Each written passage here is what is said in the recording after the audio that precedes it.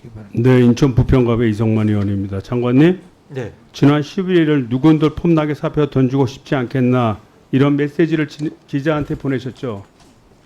보냈어요, 안 보냈어요? 네, 안부 문자가 와서 그에 대한 답으로 보냈습니다. 그 일부러 보내신 거죠? 아닙니다. 아는 기자가 먼저요 안부를 물어왔습니다. 그게 네, 실수라면 말은 실수를 할 수 있습니다. 근데 문자를 작성하는 과정 중에 생각이 되고요. 또 보내기를 눌러야 되기 때문에 두 번의 생각을 하기 마련입니다. 그럼에도 불구하고 일부러 보낸 게 아니고 실수로 보낸 겁니까?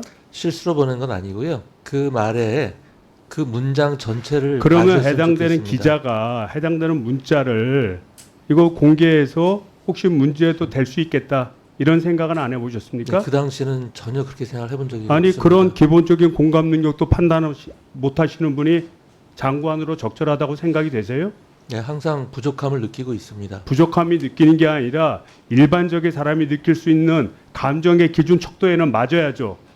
그렇기 때문에 이런 158명의 희생자가 있고 많은 부상자가 있음에도 불구하고 그분들이 마음을 풀지 못하고 국민들의 대다수가 문제가 있다고 따지는 거 아니에요?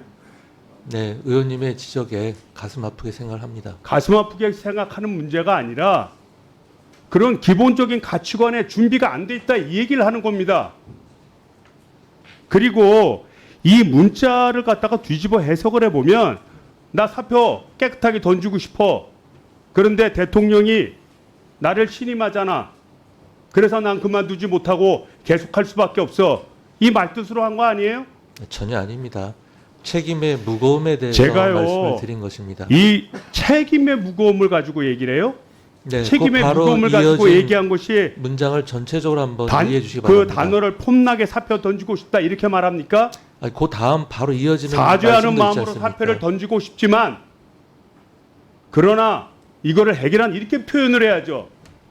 네, 어쨌든 부적절했음에 대해서 제가 국민 여러분께 그래서 제가 한번 자세히 한번 더 송구하다는 물어보겠습니다. 말씀을 드렸습니다.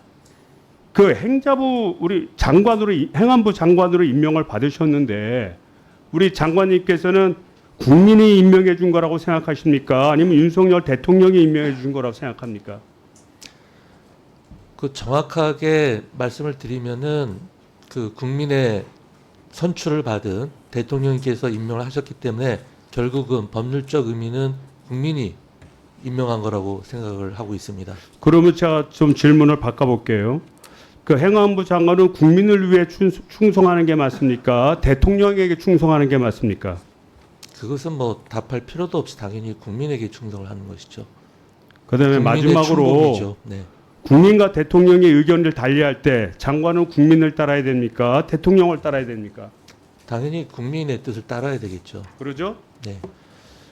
근데 우리 국민들의 현재적인 상황에서는 우리 사퇴 여부를 물어봤을 때 65%가 사퇴해야 된다고 얘기를 하는 겁니다.